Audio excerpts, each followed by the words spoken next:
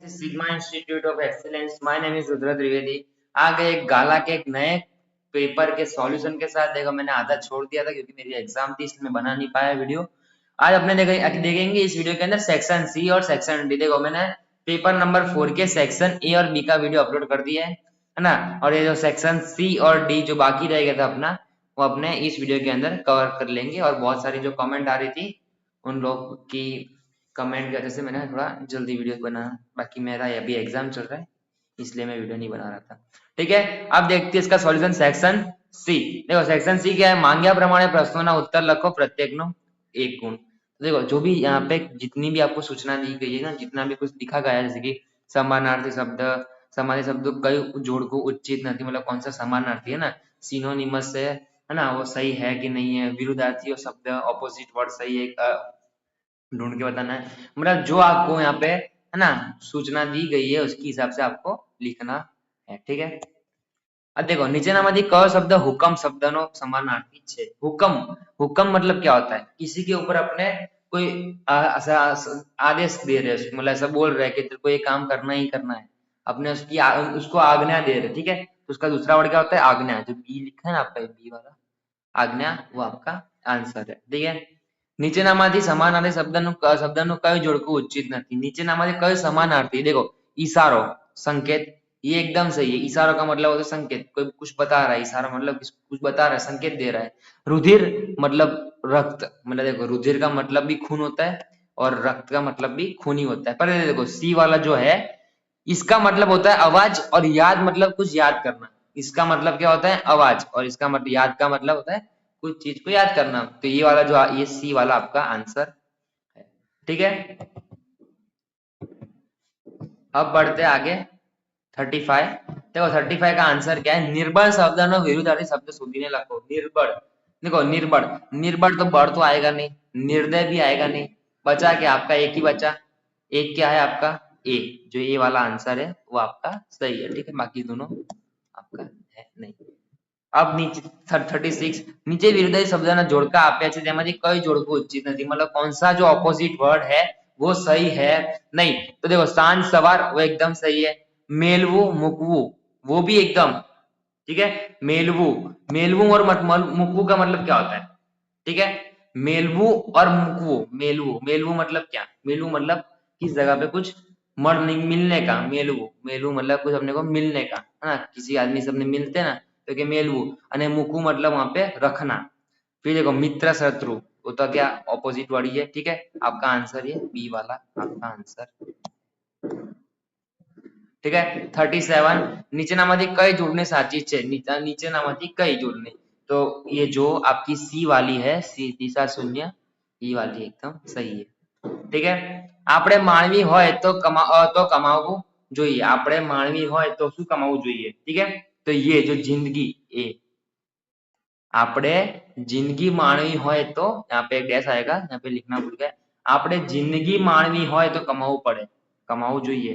आपको जिंदगी के अंदर मौज मस्ती करनी है ना, तो क्या करना पड़ेगा, आपको पैसा कमाना होगा, तो ये आप मौज मस्ती कर पाओगे। નીચેનામાંથી નિત્યાનંદ શબ્દની કઈ સંધિ યોગ્ય રીતે છોડેલી છે। નીચેનામાંથી નિત્યાનંદ, નિત્યાનંદની કઈ संधि योग्य रीते छोड़ेली छे। तो देखो नीति आनंद, नीति प्लस आनंद हो गया नीति आनंद। फिर नी प्लस आनंद, नी आनंद, ये अच्छा नहीं है, पर नित्य प्लस आनंद, ये सी वाला है वो आपका आंसर है। ठीक है, नित्यानंद, नित्यानंद। अभी देखो નીચેનામાંથી ક समास मध्यम पद लोपी छे। सिंहासन, ठीक है। देखो आपके अंदर लिखा है माल मिलकत, माल और मिलकत ये आपका हो गया तत्पुरुष समास हो गया, आने लग गया। तो कन्या पक्ष ये आपका द्वंद समास हो गया। पर ये जो ए सिंहासन है, सिंहासन वो आपका मध्यम पद लोपी समास है, तो आपका आंसर ये ए वाला है। ठीक है, अब देखते हैं 41 का आंसर। आंजी नाकू, आंजी नाकू मतलब क्या करना, आंजी नाकू, तो इसका अर्थ होता है प्रभावित, प्रभावित करवो। इसका आंसर क्या है, प्रभावित करवो। ठीक है, अब देखो नवरो बैठो नखो द्वाड़े, ये कहावत समझाओ। नवरो बैठो नखो द्वाड़े, तो इसका देखो इसका मीनिंग होता है काम વિનાનો માણસ કઈ ને કઈ ખટખટ કર્યા જ કરે। ठीक है, काम बिना नो मानस कहीं ना कहीं खटखट, ये मैं टर्टल लिखा है लेकिन हमें लिखना पाया नहीं मेरे को अच्छे से, ठीक है जमा नहीं, इसलिए खटखट કર્યા જ કરે। काम बिना नो मानस પણ देखो नवरो बैठो नखो જ वाड़े, मतलब कोई भी इंसान ऐसा एकदम नवरा बैठा है ना, नल्ला बैठा है, वो क्या करता है बैठे बैठे कुछ भी हरकत करते रहता है, नखो खटखट કર્યા જ करे, मतलब कुछ भी ऐसे टाइम पास करता ही करता रहता है। इसका मतलब ये होता है नवरो बैठो नखो वाड़े, मतलब काम बिना नो मानस कहीं ना कहीं खटखट કર્યા જ करे। ठीक है, अब आपका है कर्मणी। ठीक है, मीर तो हजी सगड़ मिलतो ज नहीं, मीर तो हजी सगड़ मिलतो नहीं, आपने कर्मणी वाक्य बनाओ। कर्मणी वाक्य बनाने के लिए क्या करना पड़ेगा, देखो मैं लिखता हूं मीर थी हजी सगड़ मिला तो नहीं, मीर थी हजी सगड़ मिला तो नहीं, ये आपका आंसर है। बापू वावटो उतारी ले, तो प्रेरक वाक्य बनाओ, इसको आपको प्रेरक वाक्य बनाना है। तो बापू सुंदर पासे वावटो उतारी ले छे। ठीक है, तो बापू सुंदर पासे वावटो उतारी ले छे, इसको हमने प्रेरक वाक्य में कन्वर्ट कर लिया। ठीक है, अब देखो ये सब डाइजेस्ट की क्वेश्चन है, डाइजेस्ट से हमने ढूंढ के लिखा है, इसलिए आप बोल नहीं सकते कि कुछ गलत है, सब डाइजेस्ट में से हमने ढूंढ के लिखा हुआ है। अब देखो छटके छे मारू मन, रेखांकन विशेषण प्रकार जनावो। देखो रेखांकित यहाँ पे किया हुआ नहीं है, तो मैं बता दूं कि रेखांकन कहाँ पे ना, रेखांकन ये देखो मारू जो लिखा है ना उसके नीचे अंडरलाइन है, यहाँ पे हम जो पीपीटी बनाते हैं हमारे उससे कोई मिस्टेक हो गई है, तो देखो ये मारू है ना उसके नीचे अंडरलाइन है, तो यहाँ पे सार्वनामिक, सार्वनामिक आपका विशेषण है, लिखा विशेषण सार्वनामिक विशेषण इसका आंसर है। નીચેનામાંથી અવિકારી વિશેષણ શોધીને લખો। भी अविकारी विशेषण कौन सा है इसके अंदर से, मोटू, लीलो के शीतल, ये तीनों में से कौन सा, तो ये सी शीतल है वो आपका अविकारी विशेषण है। ठीक है, अब देखो मैना बहन थर्मोमीटर लई लो तो लई लो तो, ये दिखा नहीं आपको, इसके अंदर योग्य विराम चिन्हों मुख्य वाक्य फरीथी लखो। देखो देखो मैंने इसके अंदर आपको बता दूं, ठीक है मैं इसको आपको इसके अंदर बता देता हूँ, खोटा मेरे को और कुछ लिखना नहीं है। देखो मैना बहन के यहाँ से पहले आपको ये दो डॉट मैं लिख ही देता हूँ, छोड़ो ना, मैना बहन, फिर उसके बाद एक कॉमा, मैना बहन के बाद एक कॉमा, थर्मोमीटर, थर्मोमीटर लई लो तो, उसके बाद, ठीक है ये आपका आंसर है, मैना बहन थर्मोमीटर लई लो तो। अब देखो 48, 48 का आंसर क्या है, ठीक है 48, वाक्य ने अंत्य कयो विराम चिन्ह न मूकी शकाय। देखो वाक्य ने अंत्य आप ये रख सकते हो, पूर्ण विराम रख सकते हो, प्रश्नार्थ चिन्ह भी रख सकते हो, क्वेश्चन मार्क, देखो आप डॉट भी रख सकते हो, क्वेश्चन मार्क भी रख सकते हो, पर अल्प विराम आप कॉमा नहीं रख सकते। जब वो लास्ट वाला एंड हो रहा है, ठीक है अपने क्वेश्चन को एंड कर रहे हैं, तो तब आप उसके अंदर कॉमा नहीं रख सकते। क्या उसके अंदर आप कॉमा,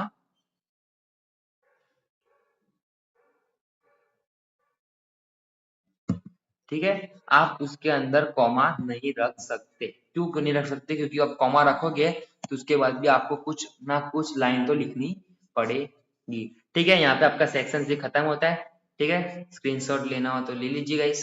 देखो मैं आपको पहले से सारे क्वेश्चन के स्क्रीनशॉट लेना तो देख लीजिए, पहले का बी, दूसरे का सी, 35वें का ए, 36 का बी, 37 का सी, 38 का ए, 39 का सी, 40 का ए।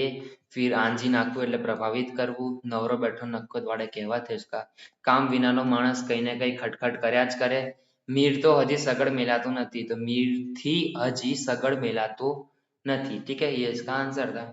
પછી देखो कर्मणी वाक्य में फिर आपने फिर बापू आवटो उतारी ले छे, प्रेरक वाक्य बनाओ। उसको करना प्रेरक वाक्य में कन्वर्ट करना। तो बापू सुंदर पासे वावटो उतारी ले, किसी और का नाम ऐड कर लेना है इसके अंदर प्रेरक वाक्य में। छटके छे मारू मन, मारू के नीचे रेखा अंडरलाइन थी इसलिए उसका विशेषण है सार्वनामिक।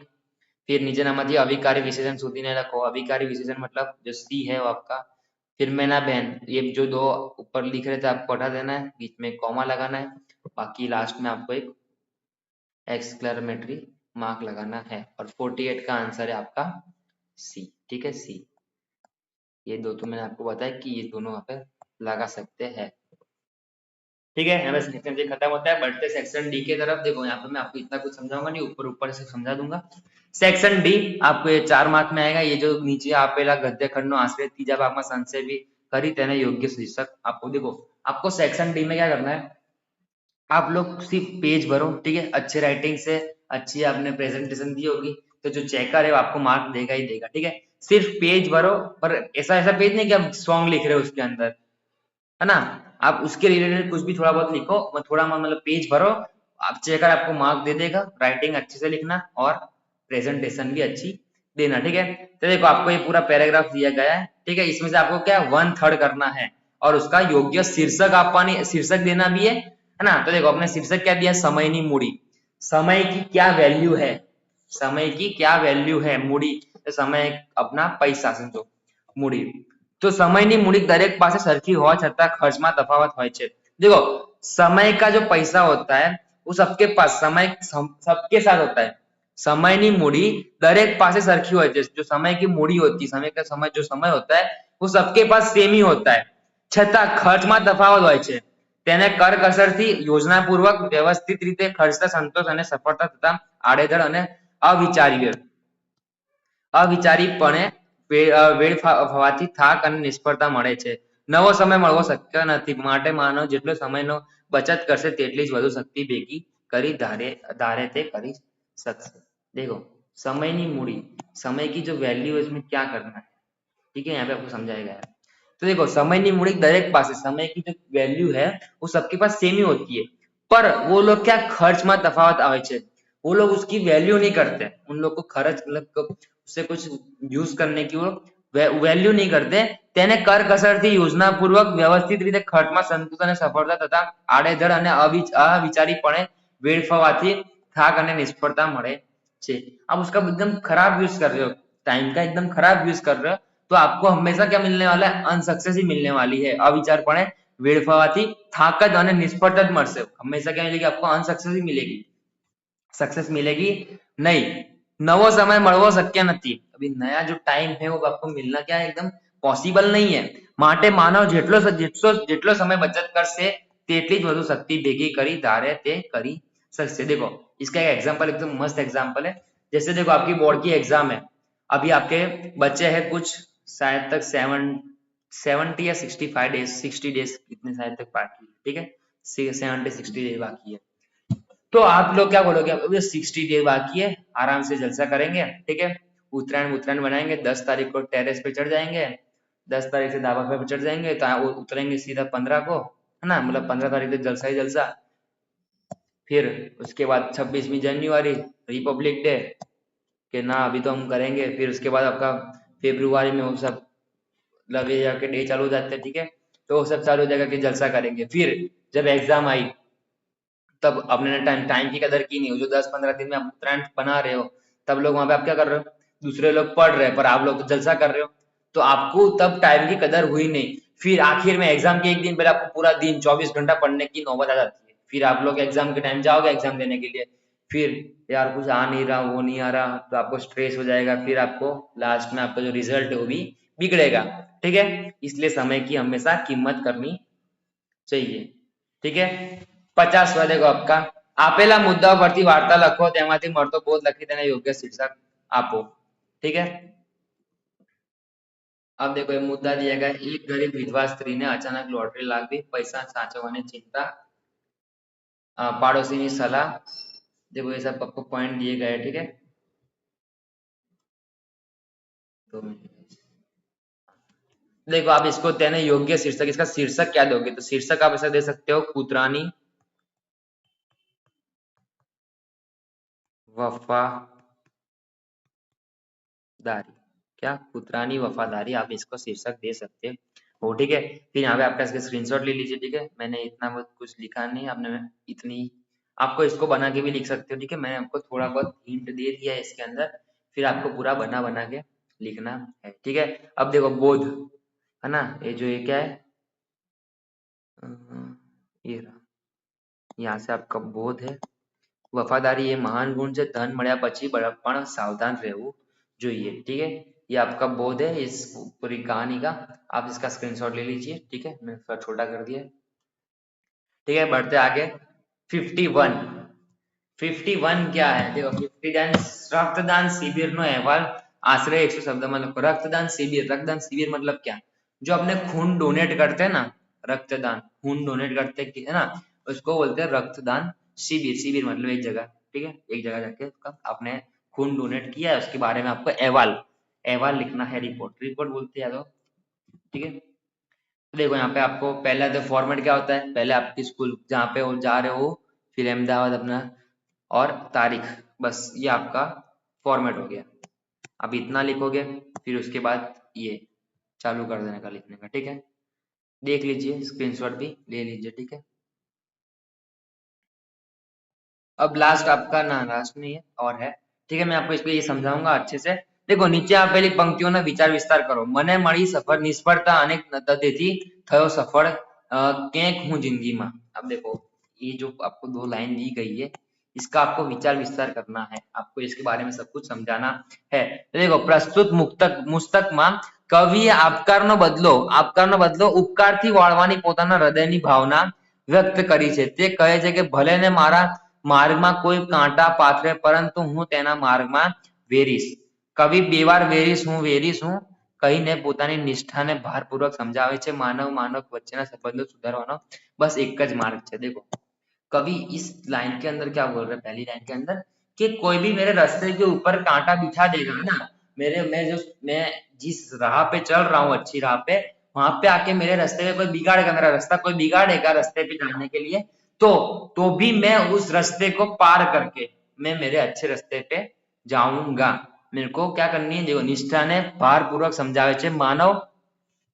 मानव वच्चेना संबंधो सुधारवाना बस एक ज मार्ग छे, अने ते अपकारनो बदलो उपकारथी वाळवानी उमदा भावना, आपणे बुराईनो बदलो भलाईथी अने द्वेषनो बदलो प्रेमथी। देखो भलाईनो बदलो, सॉरी, बुराईनो बदलो भलाईथी, मतलब जो लोग अपने लिए बुरा काम कर रहे हैं, उनसे बदला कैसे लेंगे आप उनसे बदला कैसे लो, भलाई से, ना कि बुराई से, भलाई से बदला लो। द्वेष तो बदलो प्रेम थी, मतलब जो एकदम गुस्सा करके बदला ले रहे हो ना, तो द्वेष न, मतलब गुस्से वाला जो बदला है उसको आप कैसे बोलो, प्रेम थी, प्रेम थी। અને દુશ્મન આવડનો બદલો मैत्री વાળવાનો दृढ़ संकल्प करीशु। मतलब जो अपने दुश्मन है उनसे आपको जो बदला लेना है, उनको आप दुश्मनी से नहीं, परंतु आप उनसे कैसे, मैत्री भाव, मतलब आप दोस्त समझ के बदला लीजिए, तो सुख અને શાંતિ પામી શકીશું। આપણે એવી ભાવના સેવીએ, હું કોઈને ઈર્ષા ન કરું, જેથી મારી પણ કોઈ હિંસા न करे, मतलब मैं किसी को कोई नुकसान नहीं करूंगा, वैसे ही कोई मेरे को नुकसान करेगा नहीं, ठीक है। ये था आपका 52 का आंसर। टेक अ स्क्रीनशॉट, बढ़ते आगे, ठीक है। देखो अथवा आव नहीं आदर नहीं, नई नयनों ने ते घर कदी न जाइए कंचन वर्षे में। देखो मस्त दो आपको यहाँ पे पंक्ति दी गई है, इसका आपको answer.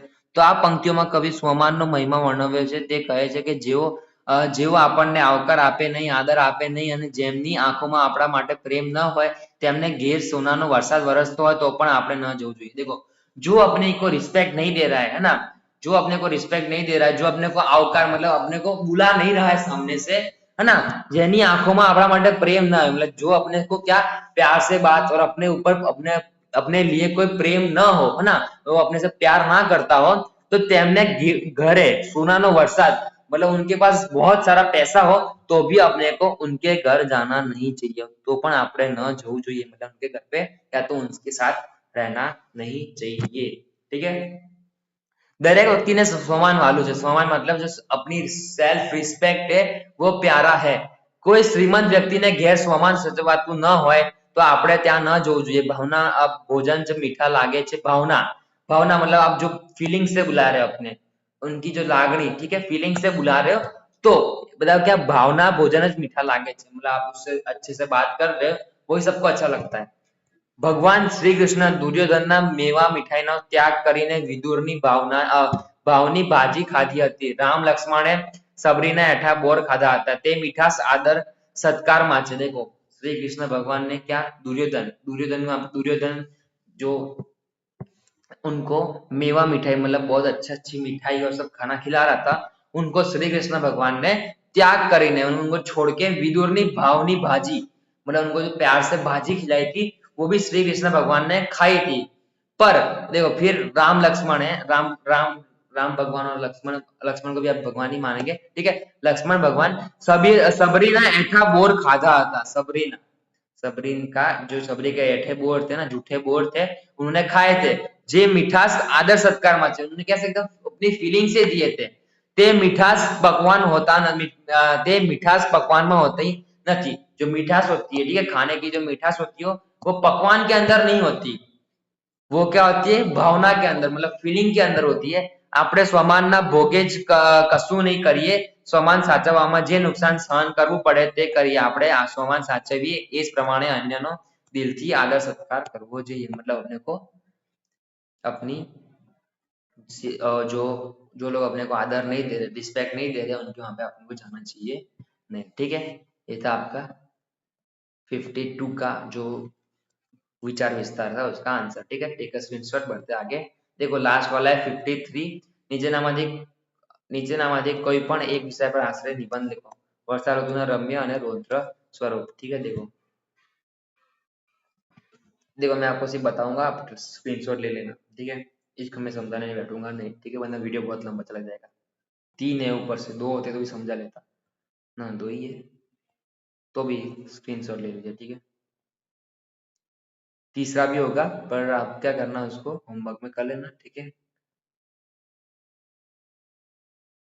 Take a screenshot guys. ठीक है, लास्ट बार दिखा था, फिर यहाँ पे अपने वीडियो खत्म करेंगे। ठीक है, देखो यहाँ पे आपका सेक्शन सी और सेक्शन डी का सॉल्यूशन खत्म होता है और यहाँ पे आपका पेपर नंबर 4 भी खत्म होता है। थैंक्स फॉर वॉचिंग गाइस, और अगर आपको ये वीडियो अच्छा लगा है तो लाइक शेयर और सब्सक्राइब कीजिए, और नेक्स्ट जो वीडियो आपको नेक्स्ट पेपर का वीडियो चाहिए होगा तो कमेंट करना। Thanks for watching guys, bye bye.